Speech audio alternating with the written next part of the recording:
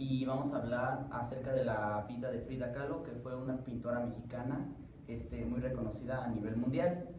Y mis compañeros son Lisbeth, Jesús, Raimundo, Irving. y mi nombre es Ramón. Mi nombre es Magdalena Carmen Frida Kahlo. Nací en Coyoacán, México, 1907. Fui pintora mexicana, me movió el ambiente de los grandes muralistas mexicanos de mi tiempo. Creé una pintura absolutamente personal, ingenua y profundamente metafórica al mismo tiempo, derivada de la exaltada sensibilidad y de varios acontecimientos que marcaron mi vida. A los 18 años sufrí un gravísimo accidente que me obligó a una larga convalecencia, durante la cual aprendí a pintar, y que influyó con toda probabilidad en la formación del complejo mundo psicológico que se refleja en mis obras.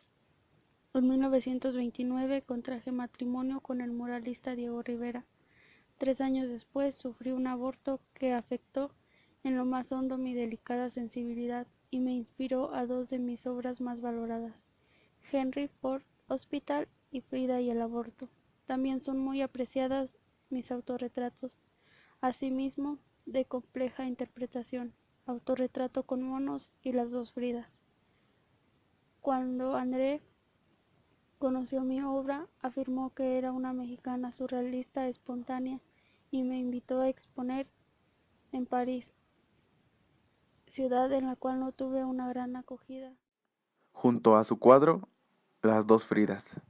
En su búsqueda de las raíces estéticas de México, rasgo que compartió con Diego Rivera y los muralistas David Alfaro Siqueiros y José Clemente Orozco, Frida Kahlo realizó espléndidos retratos de niños y obras inspiradas en la iconografía mexicana anterior a la conquista.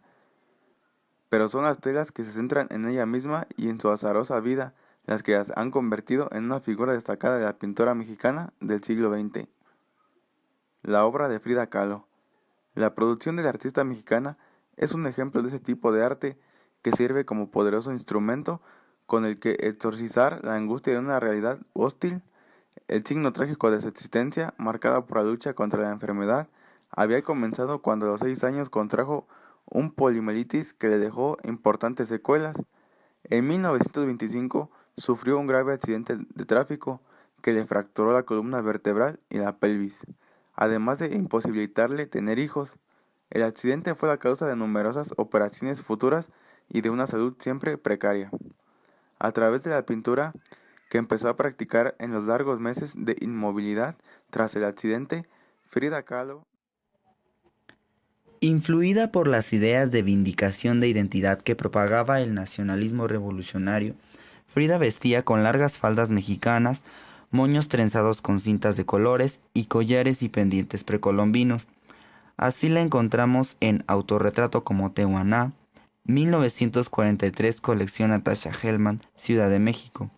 Representada como mexicana auténtica, acentuando sus rasgos mestizos, tenía sangre española, india y alemana.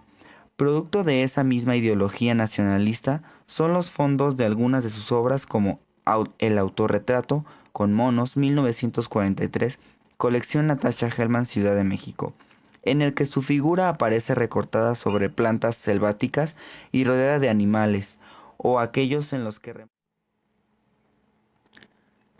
esta fusión entre la temática personal y las formas de la imaginería popular se encuentra expresada de forma emblemática en la obra Henry Ford Hospital, 1932, colección Dolores Olmedo, Ciudad de México. A pesar del accidente, Frida esperaba que su segundo embarazo llegara a buen término, pero su pelvis fracturada. Frida y el surrealismo.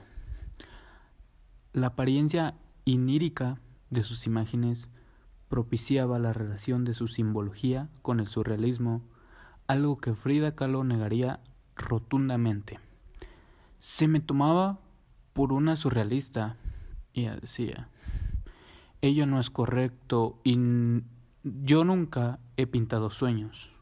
Lo que yo he representado era mi realidad. Pero Frida no rechazó el carácter surrealista de su pintura, sino que profesó una profunda aversión hacia representantes del movimiento.